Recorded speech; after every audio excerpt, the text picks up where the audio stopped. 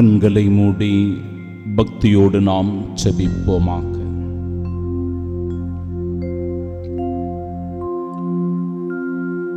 நமது ஆண்டவர் இயேசு கிறிஸ்து நமக்காக பாடுபட்டவர், சிலுவை சுமந்தவர், கல்வாரியில் இரத்தம் சிந்தி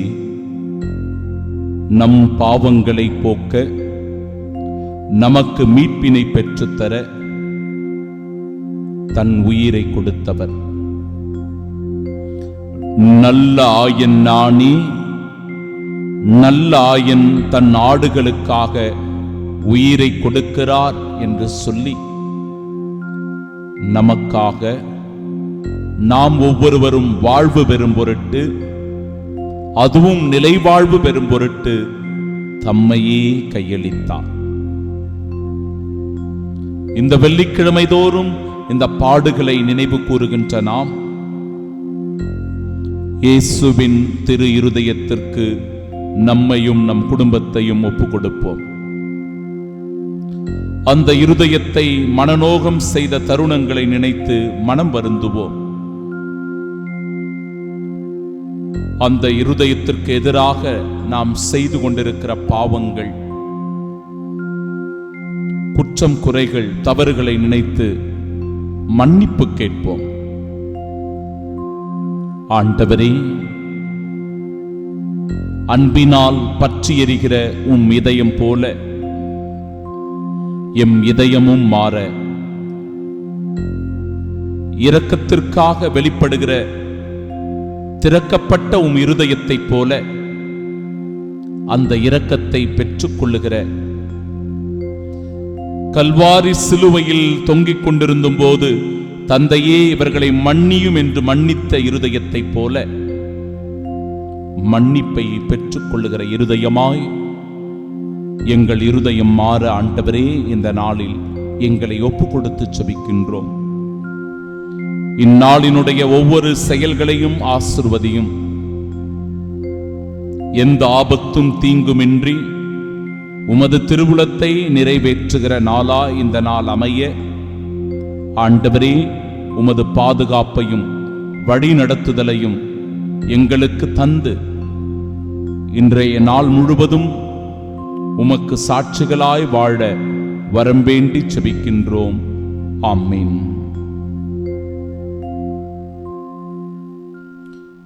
கோவிலை விட பெரியவர் இங்கே இருக்கிறார்.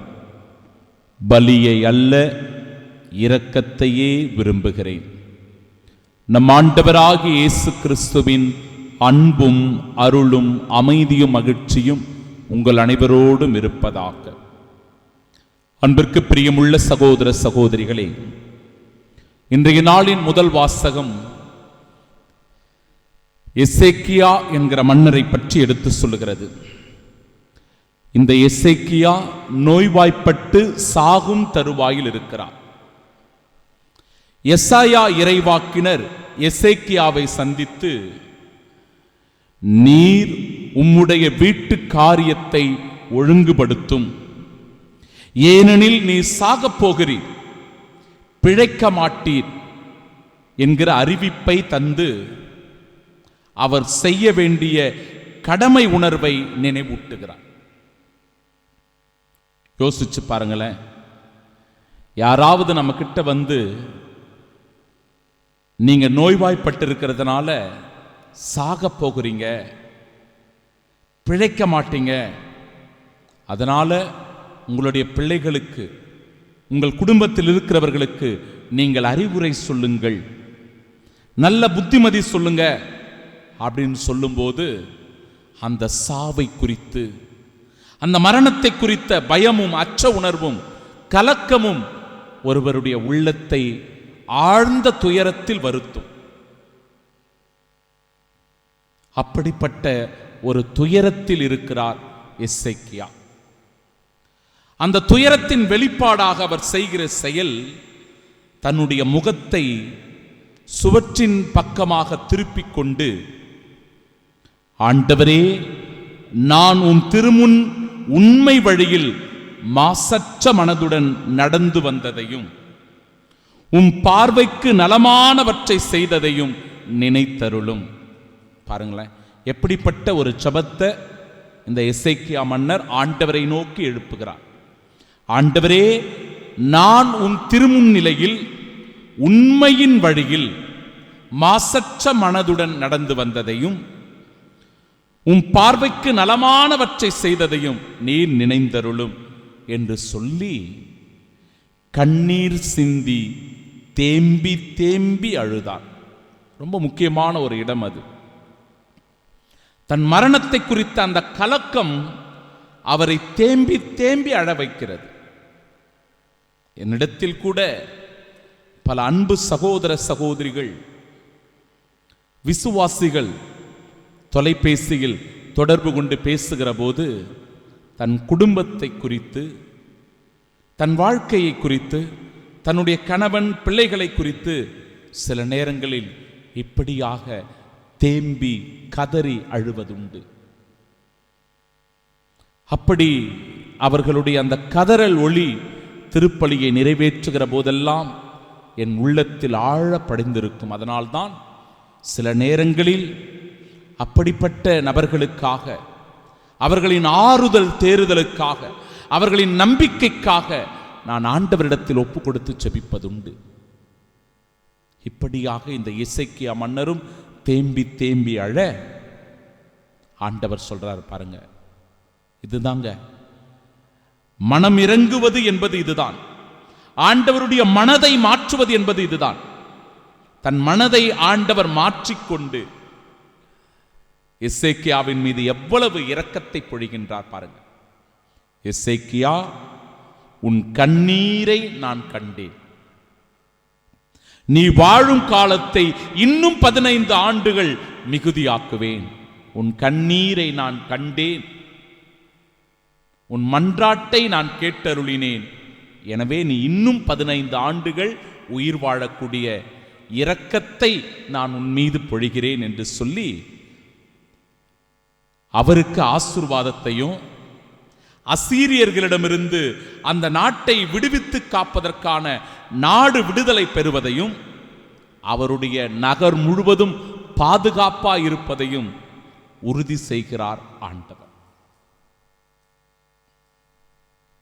பிரியமானவர்களே, எசேக்கியா மன்னரை போன்று நம்மில் பல பேர், இந்த மறைவுரையை கேட்டுக்கொண்டிருக்கிற பல பேர் இருக்கலாம். ஒரு இடத்தில் திருப்பலியை நிறைவேற்ற சென்றபோது அந்த பங்கு மக்கள் எல்லோரும் பங்கு தந்தையோடு இணைந்து ஒரு அருட்தந்தைக்காக சிறப்பாக வேண்டி மன்றாடி ஜெபித்தார்கள். அந்த அருட்தந்தை நோய்வாய்ப்பட்டு படுத்த படுக்கையாக அவர் மருத்துவமனையில் இருந்தார். அவர் பூரண உடல் உள்ள சுகம் பெற்று வர வேண்டும், மீண்டும் அந்த குருத்துவ பணியை செய்ய வேண்டும், ஆண்டவர் அவரை வல்லமையான ஒரு கருவியாய் பயன்படுத்த வேண்டும் என்பதற்காக அந்த பங்கு மக்கள் எல்லோரும் ஒன்றாக கூடி தொடர்ந்து தொடர்ந்து ஆண்டவரிடத்திலே ஜெபித்துக் கொண்டே இருந்தார்கள், ஒப்பு கொடுத்து கொண்டே இருந்தார்கள். அந்த திருப்பலியை நான் நிறைவேற்றுகிற போது அந்த பங்கு தந்தை சொன்னார், ஃபாதர், இந்த ஃபாதருக்கு இப்படிப்பட்ட ஒரு நோய் இருந்தது, அந்த நோயிலிருந்து அவர் முழுமையாக விடுதலை பெறும் பொருட்டு ஆண்டவர் அவருக்கு சுகம் கொடுத்திருக்கிறார், ஆண்டவர் அவரை திடப்படுத்தி இருக்கிறார். எனவே இந்த திருப்பலியை நன்றியின் பலியாக ஒப்புக் கொடுங்க. இந்த மக்கள் எல்லோருடைய ஜெபத்திற்கான பலனை ஆண்டவர் தந்திருக்கிறார் என்று சொன்னார். அன்பிற்குரிய சகோதர சகோதரிகளே, நம் மனநிலையும் கூட இப்பேற்பட்டதாக இருக்கலாம். நாமும் கூட ஒரு பிரச்சனையில், ஒரு கஷ்டத்தில், ஒரு நோய்வாய்ப்பட்ட சூழ்நிலையில், குடும்ப பொருளாதார நெருக்கடியில், பிள்ளைகளை குறித்த கவலையில், கணவன் மனைவியை குறித்த ஒரு வருத்தத்தில் இருந்து கொண்டிருக்கலாம். ஆண்டவரிடத்தில் ஒப்பு கொடுத்து ஜெபிக்கணும். எசேக்கியா மன்னரை போல ஆண்டவரிடத்தில் நம்மை முழுமையாக சரணாகதியாக்கி அவரிடத்தில் ஜெபிக்கணும். அதனால்தான் இந்த வெள்ளிக்கிழமை திருப்பலி என்பதும், இந்த வெள்ளிக்கிழமையில் நிறைவேற்றப்படுகிற தெய்வீக ஆராதனை என்பதும் நம்மை குணப்படுத்தக்கூடிய, சுகமாக்கக்கூடிய, ஆண்டவருடைய இரக்கத்தை நமக்கு நிறைவாக பெற்றுத்தரக்கூடிய அருள் ஆசீர்வாதமாய் கிடைக்கப் பெறுகிறது. முழுமையாய் நம்மை ஒப்பு கொடுத்து செபிக்க வேண்டும். பிரியமானவர்களே, இன்றைய நாளினுடைய நற்செய்தி வாசகத்தில் இந்த பரிசேயர்களை பாருங்களேன். பாரும், ஓய்வு நாளில் செய்யக்கூடாததை உம் சீடர்கள் செய்கிறார்கள் என்று சொல்லி சீடர்கள் மீது குற்றம் சுமத்துவதையும் ஆண்டவர் இயேசுவிடத்தில் குறை சொல்லுவதையும் பார்க்கிறோம். சீடர்கள் மேல குற்றம் சுமத்துறாங்க, ஆண்டவர் இயேசு கிட்ட குறைய சொல்றாங்க. ஏன் இவர்களுக்கு அந்த ஓய்வு நாள் மிக மிக முக்கியமானது என்றால், பிரியமானவர்களே, கடவுள் இந்த உலகத்தை 6 நாட்களில் படைத்தார். 7வது நாளில் ஓய்வெடுத்ததை நினைவு கூறும் பொருட்டு யூதர்கள் இந்த நாளை புனிதமாக கடைபிடிக்கிறார்கள். அது எப்படி அந்த ஓய்வு நாளை அவர்கள் கணக்கிடுகிறார்கள் என்றால், வெள்ளிக்கிழமை மாலை சூரியன் மறைகின்ற அந்த தருணம் முதல் கொண்டு சனிக்கிழமை வானத்தில் அந்த இரவு பொழுதினில் 3 நட்சத்திரங்கள் தெரிகின்ற வரை அந்த காலகட்டம்தான், அந்த இடைப்பட்ட அந்த நேரம்தான் ஓய்வு நாள் என்று அவர்கள் அடையாளப்படுத்துகிறார்கள். சரி, அந்த நாளில் அவர்கள் என்ன செய்வார்கள் என்றால், வெள்ளிக்கிழமை என்று தொடங்குகிற அந்த ஓய்வு நாள் அவர்கள் முதலில் மெழுகுதிரியை ஏற்றி வைப்பார்களாம். இந்த ஓய்வு நாள் தொடங்குவதனுடைய அடையாளமாக மெழுகுதிரியை அவர்கள் ஏற்றி வைப்பார்கள். 2 மெழுகுதிரிகளை ஏற்றி கண்களை மூடி அந்த குடும்பத்தின் பெண்கள் ஆசீர்வாத பிரார்த்தனையை செய்வார்கள். அது எதை குறிக்கிறது என்றால், வீட்டிற்குள் ஆண்டவர் அமைதியையும் ஒளியையும் கொண்டு வருவதனுடைய தொடக்கம் என்பதை இந்த மெழுகுதிரி ஏற்றுகின்ற நிகழ்வு குறித்து காட்டுகிறது. அதன் பிறகு அந்த குடும்பத்தில் இருக்கிற கணவன்மார்கள், அதாவது ஆண்கள் என்ன செய்வாங்க? தொழுகை கூடத்திற்கு சென்று ஜெப ஆராதனையை செய்வார்கள். அந்த ஜெபத்தை சொல்லி அவர்கள் ஆண்டவரை நோக்கி மன்றாடி வேண்டுவார்கள். அதன் பிறகு அந்த ஜெபக்கூடத்திலிருந்து, தொழுகை கூடத்திலிருந்து வீட்டிற்கு திரும்பி வந்தவுடனே அவர்கள் செய்கிற 3வது மிக முக்கியமான ஒரு காரியம், குடும்பத்தின் பிள்ளைகளை, குழந்தைகளை எல்லாம் அழைத்து அவர்கள் தலைமீது கையை வைத்து பிரியமானவர்களை ஆசீர்வாதங்களை வழங்குகின்ற நிகழ்வு. இந்த ஓய்வு நாளில் இந்த செயல்களை எல்லாம் செய்வாங்க. அன்றைய நாளினுடைய இரவு பொழுது, இரவு உணவு ரொம்ப முக்கியம் அவங்களுக்கு. திராட்சை ரசத்தை கையிலேந்தி, அந்த குடும்பத்தினுடைய தலைவர் திராட்சை ரசத்தை கையிலேந்தி அதன் புனிதத்தை போற்றி ஆண்டவரை நோக்கி பிரார்த்தனை செய்து குடும்பத் தலைவர் அதை பருகுவார். பிறகு எல்லோருக்கும் அதை கொடுப்பார். அதை செய்வதற்கு முன்பாக அவர்கள் தூய்மை சடங்கை நிறைவேற்றும் பொழுது அந்த கரங்களை எல்லாம் கழுவி தூய்மைப்படுத்திக் கொள்வார்கள். அந்த மேசையின் மீது சிறப்பு ரொட்டியானது வைக்கப்பட்டிருக்கும். அந்த ரொட்டி எதனுடைய அடையாளம்? இஸ்ராயல் மக்களுக்கு ஆண்டவர் அந்த பாலை நிலத்தில் மன்னாவை பொழிந்ததனுடைய அடையாளம். எனவே அதை ஒருவர் மற்றவருடன் பகிர்ந்து கொள்வார்கள். ஆசீர்வாதத்தை சொல்லி பகிர்ந்து கொள்வார்கள்.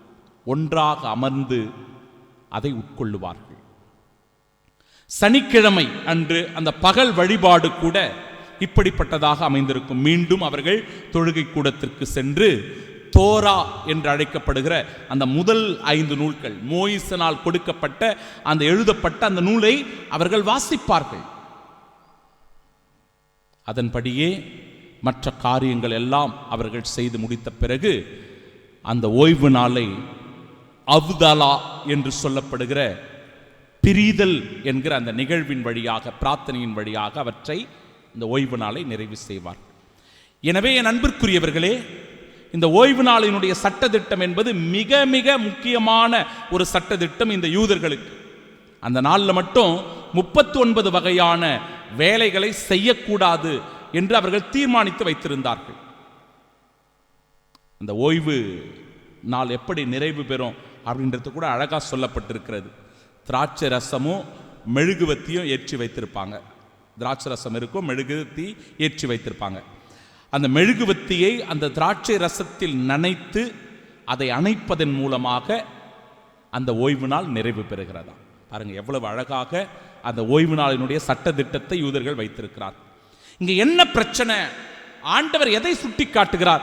இவ்வளவு புனிதத்துவம் முக்கியத்துவம் வாய்ந்த இந்த ஓய்வு நாளினுடைய சட்ட திட்டங்களை மீறுவதாக குறை சொல்லுகிற, குற்றம் சாட்டுகிற இந்த பரிசேயர்கள் எதை மறந்து விட்டார்கள் என்றால் மனிதநேயத்தை மறந்து விட்டார்கள்.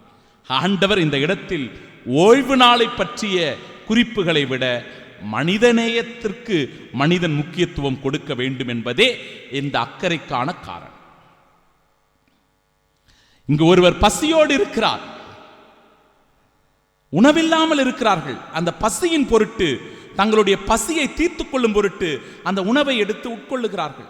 அந்த தானியங்களை எடுத்து அவர்கள் உட்கொள்ளுகிறார்கள். ஆனால் அதை பார்த்து கொண்டு ஓய்வு நாளுக்கு முக்கியத்துவம் கொடுக்கிறவர்கள் ஒருவன் பசியோடு இருக்கின்றதை பார்த்து இரக்கப்படாமல், தன் மனிதநேயத்தை வெளிப்படுத்தாமல் இருந்ததை ஆண்டவர் சுட்டி காட்டுகிறார். தாமும் தம்முடன் இருந்தவர்களும் பசியாயிருந்த போது தாவீது என்ன செய்தார் என்பதை நீங்கள் வாசித்ததில்லையா? இறை இல்லத்திற்குள் சென்று அவரும் அவரோடு இருந்தவர்களும் அர்ப்பண அப்பங்களை உண்டார்களே என்று சொல்லி, பிரியமானவர்களை, ஆண்டவர் இயேசுவுக்கு எவ்வளவு இறை ஞானம் அப்படின்னு பார்க்கணும். இறை வார்த்தையினுடைய ஞானம் அவரிடத்தில் எப்படி இருந்தது பாருங்க. சரியான நேரத்தில் அந்த இறை வார்த்தையை கொண்டு வந்து பரிசேயர்களுக்கு விளக்க முயற்சிக்கிறார். குருக்கள் மட்டுமே உண்ணக்கூடிய அந்த அப்பங்களை அவர்கள் உண்டது தவறல்லவா என்று சுட்டிக்காட்டி, ஓய்வு நாள் மானிட மகனுக்கு கட்டுப்பட்டதே என்பதை சொல்லி, ஓய்வு நாள் ஆனது மனிதனுக்காக கொடுக்கப்பட்டது, மனிதனுடைய நல்வாழ்விற்காக கொடுக்கப்பட்டது, மனிதன் ஓய்வு நாளுக்காக அல்ல என்பதை தெளிவுபடுத்துகிறார். அதனால்தான் பலியை அல்ல இரக்கத்தையே விரும்புகிறேன் என்று சொல்லி இரக்கத்தை வெளிப்படுத்துகிற தெய்வமாய் நம் ஆண்டவர் இருக்கிறார். என் அன்பு சகோதர சகோதரிகளே, இந்த உண்மையை நாம் தெளிவாக உணர்ந்து கொண்டால் மனித நேயத்தோடு வாழ்வது மிக மிக முக்கியம். சட்ட திட்டங்கள் என்பது நம்மை நெறிப்படுத்துகின்ற, முறைமைப்படுத்துகின்ற, ஒழுக்க நெறியில் நம்மை வளர்க்கக்கூடிய ஒன்றுதான். சட்ட திட்டங்கள் தேவை. ஆனால் அந்த சட்ட திட்டங்கள் மனித நேயத்தோடு இணைந்திருக்க வேண்டும், மனிதர்கள் மீது இரக்கத்தை பொழிவதாக இருக்க வேண்டும் என்பதை மிக தெளிவாக எடுத்து சொல்லி இந்த நாளை ஒரு அர்த்தமுள்ள ஆசீர்வாதமான நாளாய் கொடுக்கிறார் நமது ஆண்டவர். இறை வார்த்தைகளுக்கு செவி கொடுப்போம், இரக்கத்தையும் மனித நேயத்தையும் போற்றி வாழ்வோம். ஆமென்.